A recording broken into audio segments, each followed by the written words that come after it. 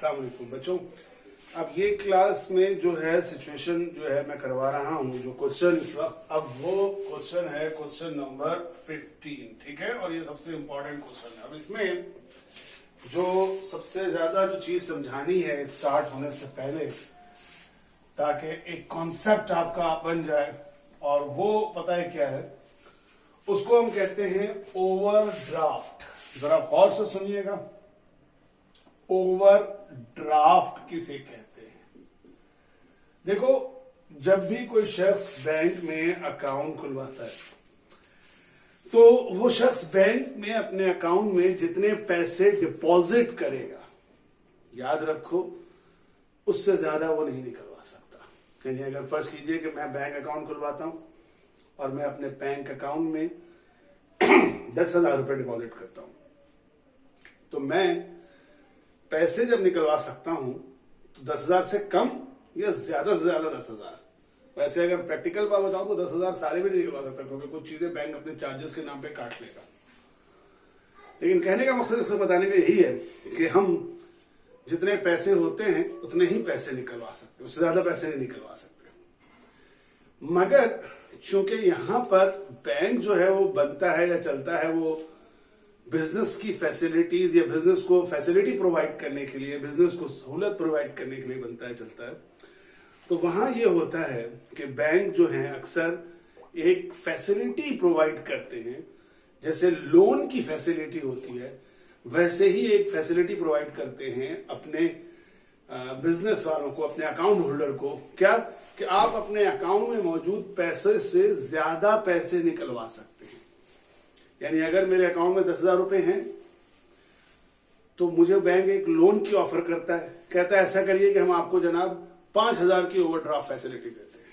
तो इसका मतलब ये हुआ, क्यों कि मैं अपने बैंक से 10,000 तो अपने जमा कराए में निकाल सकता हूं, लेकिन 5,000 और निकलवा सकता हूं। क्यों? क्योंकि मुझे बैंक ने ओवरड्राफ्ट फैसिलिटी दी है। जी बिल्कुल सही समझ रहे हैं। इसका मतलब है एक तरह से ये लोन होता है। लेकिन फिर आप सोच रहे होंगे कि लोन होता है तो उसको नाम ओवरड्राफ्ट क्यों देते हैं, लोन क्यों नहीं कह देते। देखो, लोन असल में ना बिल्कुल अलग से लिया जाता है, लेकिन ये होता है फौरी तौर पे मिल जाता है आपके अपने अकाउंट के अगेंस्ट। यानी इसमें आपके बैंक अकाउंट का होल्डर होना जरूरी है।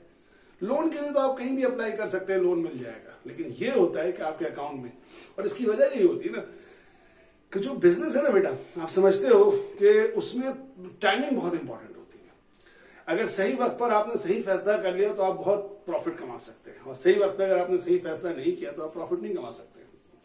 और दूसरी बात यह कि बिजनेसमैन का पैसा जो है ना वो पड़ा हुआ नहीं होता फालतू, मुसलसल रोलिंग में होता है, जमा होता है, कमाता है, फिर खरीदता है, फिर बेचता है, फिर कमाता है। उसका मुसलसल पैसा जो है रोल हो रहा होता है। कभी कभी उसके अकाउंट में बहुत पैसे होते हैं और कभी उसके अकाउंट में फूटी कौड़ी भी नहीं होती। तो आप फर्ज करो कि आप एक बिजनेसमैन हो, और जो लड़कियां सुन रही हो बिजनेस वुमेन है। अब अगर वो जो हैं या बिजनेस गर्ल है, ठीक है, नाराज ना हो जाए, तो अगर वो लोग बिजनेस हैं तो अब सोचिए जरा कि अगर आप बिजनेस करते हैं तो बड़ी सिंपल सी बात यह है कि आपको पैसा, फर्ज कीजिए कि आपके अकाउंट में पड़े हुए थे 10,000 रुपए, और मार्केट में एक ऐसी चीज आई है जो इस वक्त 15,000 रुपए की है, और आप उसको अगर आज 15,000 में खरीद लेते हैं तो आप उस पर कल को 50,000 बना सकते हैं। अब सोचिए आपके अकाउंट में पड़े हैं 10,000, वो चीज मिल रही है 15,000, और आप उस पर 50,000 कमा सकते हैं आइंदा अगर आज खरीद लेते हैं। कितने कम है पैसे आपको खरीदने के लिए? सिर्फ 5,000 कम है ना। तो क्या आप अपने दोस्तों का दरवाजा खटखटाते फिरेंगे, ठक ठक ठक ठक, यार 5,000 दे दे, हर को फोन करते फिरेंगे, व्हाट्सएप करते फिरेंगे, यार 5,000 रुपए दे दे। ऐसे मौके पे बैंक आगे आता है, कहता है कोई मसला नहीं, आपके पास पैसे नहीं है। अच्छा, वो बैंक क्यों देता है? अच्छा, ये भी ध्यान में रखना, बैंक हर अहले गहरे को नहीं देता। बैंक उनको देता है जिनका बिजनेस होता है, जिनके अकाउंट में मुसलसल उसको नजर आ रहा होता है कि पैसे आ रहे हैं, जा रहे हैं, और अच्छा बिजनेस चल रहा है, उनको ऑफर करता है। और जितना बड़ा होगा उतना ज्यादा ऑफर करेगा। तो ओवरड्राफ्ट की फैसिलिटी ऑफर कर देता है बैंक आपको, कीजिए आप ऐसा कीजिएगा कि 5,000 एक्स्ट्रा चाहे तो निकाल लीजिए आप। तो क्या हुआ कि आपने 15,000 का चेक दिया और वो चेक कैश हो गया। वरना अगर वो ओवरड्राफ्ट की फैसिलिटी नहीं होती तो आपके अकाउंट में तो सिर्फ 10,000 थे, मगर जब आपने 15,000 चेक दिया ओवरड्राफ्ट की फैसिलिटी में, तो बैंक ने 10,000 आपके और 5,000 अपनी तरफ से मिला के वो चीज की परचेज का चेक कैश करवा दिया। तो हमेशा ध्यान में रखना है, बैंक अकाउंट में ओवरड्राफ्ट का मतलब होता है कि जितने बैंक में पैसे हैं उससे हमने ज्यादा पैसे निकलवाए हुए, ठीक है, उसे ओवरड्राफ्ट कहते हैं। अब इस सवाल में क्या होगा, क्योंकि हम जानते हैं कि कभी कभी भी ऐसा भी होता है, और ओवरड्राफ्ट आता कब है, जब बैंक में रिसीव होने वाला पैसा बैंक के पेमेंट होने वाले पैसे से क्या हो जाए, ज्यादा हो जाए, तो उसे कहते हैं ओवरड्राफ्ट।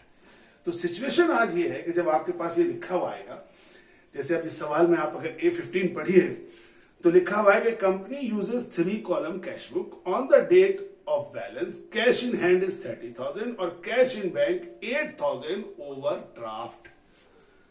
तो आपके पास कैश में तो पैसा है, कैश इन हैंड में पैसा है, बैंक में आपका 8,000 ओवरड्राफ्ट है, यानी आपने पिछले महीनों में जितने पैसे निकालवा सकते थे उससे 8,000 ज्यादा निकलवाया हुआ है।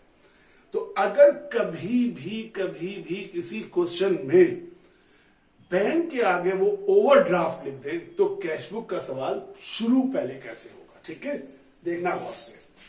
सबसे पहले जो कैश इन हैंड है उसका बैलेंस वैसे ही रहेगा जैसे था, यानी आपके पास मौजूद है इस वक्त, डेट क्या है, कौन सी डेट है जनाब, कहां गई डेट, पता नहीं, यानी मई है, अच्छा मई 1 है, तो आप यहां पे मई 1 की डेट डालेंगे, ऐसे ही बैलेंस बीडी लिखेंगे और कैश में वो बैलेंस लिखेंगे जितना कैश का था।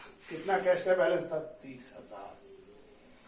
लेकिन चूंकि बैंक का बैलेंस भी आप पहले यहां लिखते थे, लेकिन क्योंकि इस दफा बैंक ओवरड्राफ्ट है, तो जब ओवरड्राफ्ट आ जाए तो कान खोल के सुन लो, कभी भी बैलेंस ओपनिंग यहां नहीं लिखा जाएगा, बल्कि बैलेंस ओपनिंग हमेशा ओवरड्राफ्ट की सिचुएशन में इस तरफ लिखा जाएगा, पेमेंट साइड पे। और वैसे ही जैसे वहां था वैसे ही आपने मई 1 की डेट डालनी है, वैसे ही यहां बैलेंस बीडी लिखना है, लेकिन बैलेंस यहां लिखना है। बोलो याद रहेगा?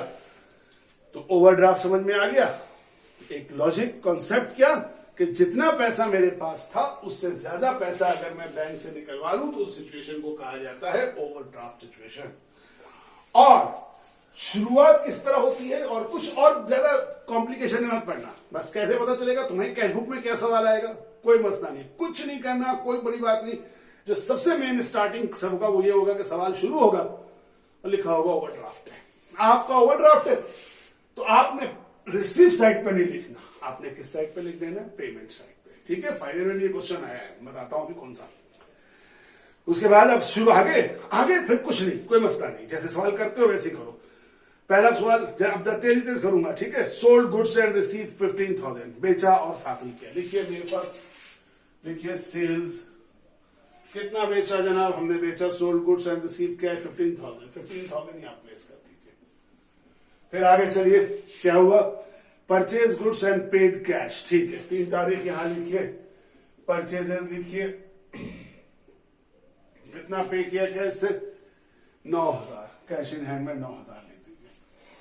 आगे चलिए, purchase delivery equipment for 6,000 and issue cheque, delivery equipment खरीदा गया और चेक से पेमेंट की गई, 5 तारीख। डिलीवरी इक्विपमेंट है, सिर्फ इक्विपमेंट भी लिख सकते हैं, चाहे तो पूरा डिलीवरी इक्विपमेंट का नाम भी दे सकते हैं, जैसे ऑफिस इक्विपमेंट था ना, वैसे डिलीवरी इक्विपमेंट क्या होता है, डिलीवरी इक्विपमेंट कोई भी चीज हो सकती है, बाइक हो सकता है, सुजुकी हो सकती है, कुछ भी हो सकता है जिसपे गाड़ी सामान डिलीवर किया जाए। इशूड चेक 6,000 बैंक में लिख दीजिए। उसके बाद है मई 8 को बैंक ने इन्फॉर्म, देखो आप ओवरड्राफ्ट चल रहे थे, 8,000 आपका पहले ही था, ओवरड्राफ्ट था, 6,000 आपने और दे दिया, लेकिन ये बैंक ने आपको एक बताया बात 8 पॉइंट में कि bank inform overdraft limit has been sanction worth 25,000। अब इसको एक जरा अच्छे से समझ लेना, ओवरड्राफ्ट अपनी जगह, अब आपको मैंने कहा था ना कि बैंक वाला जो है ओवरड्राफ्ट तो आपको प्रोवाइड करेगा, लेकिन क्या, कितना ओवरड्राफ्ट, जितना दिल चाहे निकालते ही चले जाओ, निकालते चले जाओ, ऐसा नहीं होगा, वो आपको एक हद में बता देगा कि भाई आप इतने पैसे निकलवा सकते हैं। तो उसके लिए बैंक हमें एक इंफॉर्मेशन करता है, उसके लिए एक हमें अमाउंट सैंक्शन करता है, सैंक्शन का मतलब हमारी एक लिमिट तय कर देता है, कितने निकाल सकते हो, उससे ज्यादा नहीं। तो ये वाला जो पॉइंट है ना, पॉइंट नंबर 8, इसकी एंट्री कोई नहीं होगी, ये सिर्फ बैंक ने हमें एक इंफॉर्मेशन भेजी कि भाई हमने आपके लिए सेक्शन कर दिए हैं पैसे, कितने पैसे, 25,000, आप इससे ज्यादा पैसे बैंक से नहीं निकलवा सकते। तो 25,000 बेसिकली वो पैसे हैं जो हम बैंक से एक्स्ट्रा निकलवा सकते हैं। अगर ऐसे ही देखो तो हम 8,000 पहले निकलवा चुके थे, 6,000 और निकाल के थे 14,000, तो 25,000 से ज्यादा हम नहीं निकलवा सकते। लेकिन इस पॉइंट को, इस ट्रांजेक्शन को जब ये आ जाए, इंटर कहीं नहीं करना कैश बुक में। ये सिर्फ याददाश्त के लिए, समझने के लिए है, उन लोगों को याद रखने के लिए कि भाई तुम इससे ज्यादा चेक मत देना वरना चेक बाउंस हो जाएगा। बाउंस होने का मतलब चेक बैंक कैश नहीं करेगा, मना कर देगा। तो इस पॉइंट को जहां सैंक्शन आ जाए, लिमिट की इंफॉर्मेशन आ जाए, बैंक बताए, इन्फॉर्म करे, उसको कहीं नहीं लिखना। ठीक हो गया। पॉइंट नंबर 8 की बात कर रहा हूं। 10 रिसीव चेक फ्रॉम कस्टमर 10,000 अलाउंट डिस्काउंट। चेक रिसीव किया और डिस्काउंट अलाउ किया, क्या लिखेंगे? चेक रिसीव कितने का किया? 10,000 का। डिस्काउंट कितना? 200। कौन सी डेट थी? 10 तारीख।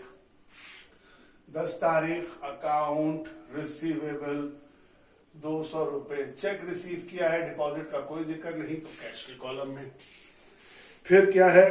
Paid cheque 8,500 after discount reduction in full settlement of 9,000 to a creditor. Creditor को पे किया 11 तारीख को। 11 तारीख क्रेडिटर कौन है? उधार देने वाला। क्रेडिटर हो, सप्लायर हो, क्या लिखेंगे? Account payable. डिस्काउंट माइनस करके निकालेंगे, कितना? 9,000 और 8,500 का डिफरेंस 500 रुपए आ जाएगा। चेक दिया है 8,500 का, तो सोचो बराबर हो गया 9,000 रुपए। फिर online transfer by customer into company bank account. याद होगा पिछले लेक्चर में मैंने ऑनलाइन का जिक्र किया था। ऑनलाइन इंटरनेट के जरिए, अच्छा ऑनलाइन आ जाए, इंटरनेट बैंकिंग आ जाए, डायरेक्ट डिपॉजिट। इसका मतलब होता है कि नॉर्मली लोग, हमारे जो कस्टमर होते हैं ना, वो हमें आके देते हैं पैसे। यहां क्या करते हैं? डायरेक्ट बैंक में जमा करा देते हैं। तो ऑनलाइन हो गया, डायरेक्ट डिपॉजिट हो गया और इंटरनेट ट्रांसफर हो गया, या बाद एटीएम ट्रांसफर आ जाए। ये सब पैसे बैंक में डायरेक्ट गिर रहे हैं। तो बैंक में डायरेक्ट डिपॉजिट है, कौन कर रहा है? कस्टमर कर रहा है। डेट डालिए रिसीव साइड पे, मई की 12 तारीख लिखिए। यहां पे क्या कस्टमर है तो अकाउंट रिसीवेबल लिख लीजिए। ठीक है। और कितने से डिपॉजिट कर रहा है बैंक? 10,000 रुपए। यहां 10,000 रुपए लिख दीजिए। उसके बाद आगे चलिए। 10,000 हो गया। कैश डिपॉजिट टू बैंक 7,000 रुपए। 7,000 रुपए हमने बैंक में डिपॉजिट किया है, तो हम यहाँ पे कॉन्ट्रा एंट्री बनाएंगे। ठीक है ना। कौन सी तारीख है?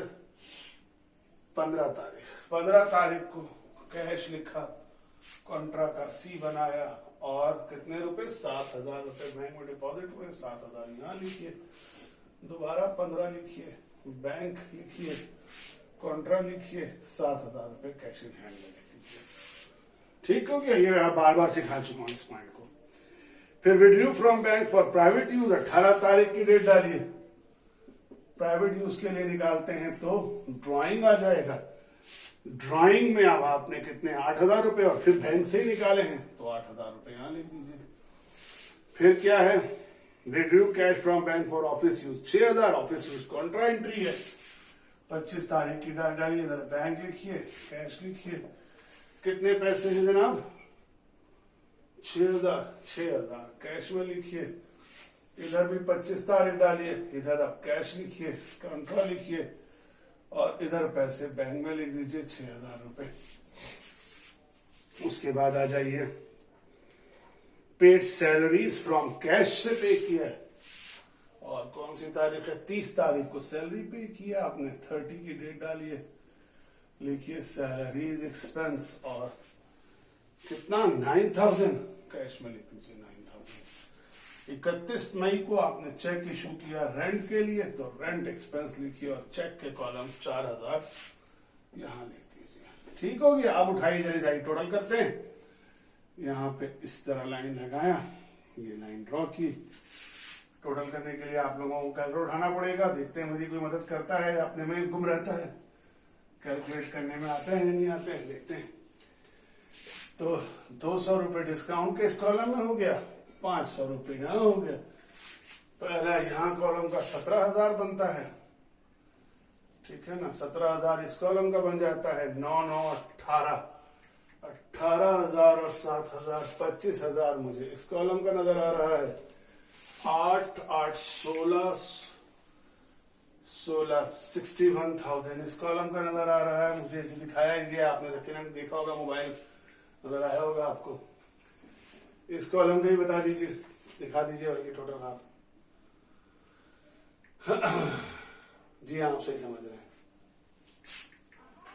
8 और 6 14, 14 और 8 हो जाएगा 22, 22 और 8 हो जाएगा 30, 30 36, 40,500, 34,500। 8 और 6 14, 14,000, 14 और 8 कितना हो जाएगा 22,000, 22,000 और 8,000 30, 30 और 10 40,500। भरोसा नहीं करना चाहिए। अब आगे चलते हैं। 200 as it is, 500 as it is, ठीक है। अब देखिए अभी खत्म नहीं हुआ है काम। 61,000 रिसीव हुआ था और पे कितना किया 25,000। तो 61,000 से 25,000 को माइनस कीजिए बच्चों, कितना आ रहा है, या 61,000 ऐसे करके दोनों जाने लिख लीजिए, ठीक है। इधर पे 61,000 माइनस कीजिए, कितना बचा 36,000। ये हो गया बैलेंस बीबी। अब जरा तवज्जो से देखिएगा, सही है, हो गया। नहीं बीडी नहीं, क्या लिखते हैं इसको सीडी, और इधर क्या लिखते थे बैलेंस बीडी। यहां में लिखते हैं, कोई नई बात तो नहीं की ना, यही करते थे ना, लेकिन क्या नहीं किया मैंने अभी, है क्या बोला, बोला नहीं, सोचा। अब मुझे यकीन है सोचा सर आपने तो कैश बैंक का किया ही नहीं। क्यों नहीं किया, गौर से देखो बैंक का क्यों नहीं किया। मैं एक अलग कलर से करके दिखाता हूं।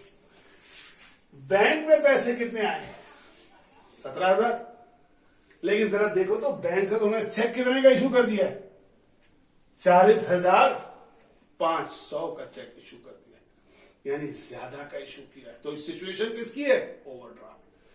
अब यहां पर जैसा कि इसमें था कि जो टोटल बड़ा होता है दोनों जाने लिखते हैं ना, तो इसका टोटल इधर लिख दिया था और बचा हुआ पैसा ये आ गया। इसमें उल्टा होगा, कैसे, इस वक्त बड़ी फिगर है 40,500, ये इधर 40,500 और इधर भी 40,500। लेकिन बेटा अब सीडी यहां नहीं आएगा बैंक का बैलेंस सीडी इस तरफ आना है, क्योंकि कमी यहां है। 40,500 से 17,000 माइनस कीजिए, कितना 500 बनता है 23,000। तो 23,500 यहां लिखिए, और याद रहे कि इसकी डेट है मई की 31, और इसी के अपोजिट ऐसे इसकी भी 31 है, और ये अगला महीना जून की 1, इस तरह ये मई 31, तो ये जून की 1, और यहां इसका बैलेंस बीबी कितना 23,500। तो अगर ओवरड्राफ्ट है तो देख लो ये बिल्कुल वैसे ही है जैसे शुरू में ओवरड्राफ्ट शुरू में अलग अलग था। तो ओवरड्राफ्ट अभी भी वैसे ही आया, क्योंकि हमने अभी भी पैसा पेमेंट नहीं की, ज्यादा ही पैसे। और आप देख सकते हैं हमें जो उस पॉइंट में था ना एक में कि हम 25,000 तक का ओवरड्राफ्ट कर सकते हैं, अभी हमने 25 का नहीं किया। कितना किया 23,500, लेकिन हम पूरा तकरीबन पूरा इस्तेमाल कर रहे हैं, बैंक से फायदा उठा रहे हैं। तो ये है ओवरड्राफ्ट।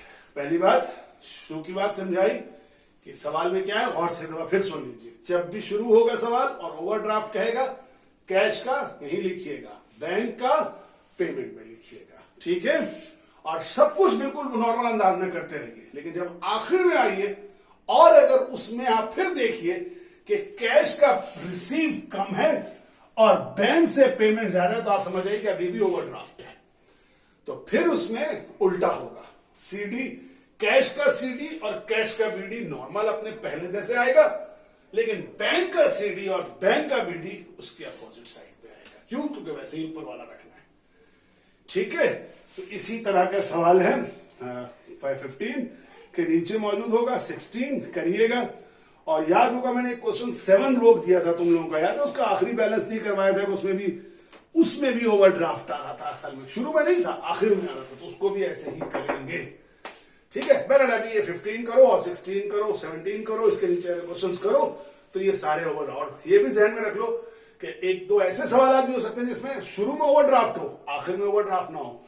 यानी जरूरी नहीं है ये बात कि अगर शुरू में ओवरड्राफ्ट होगा तो आखिर में भी लाजमी ओवरड्राफ्ट होगा, नहीं।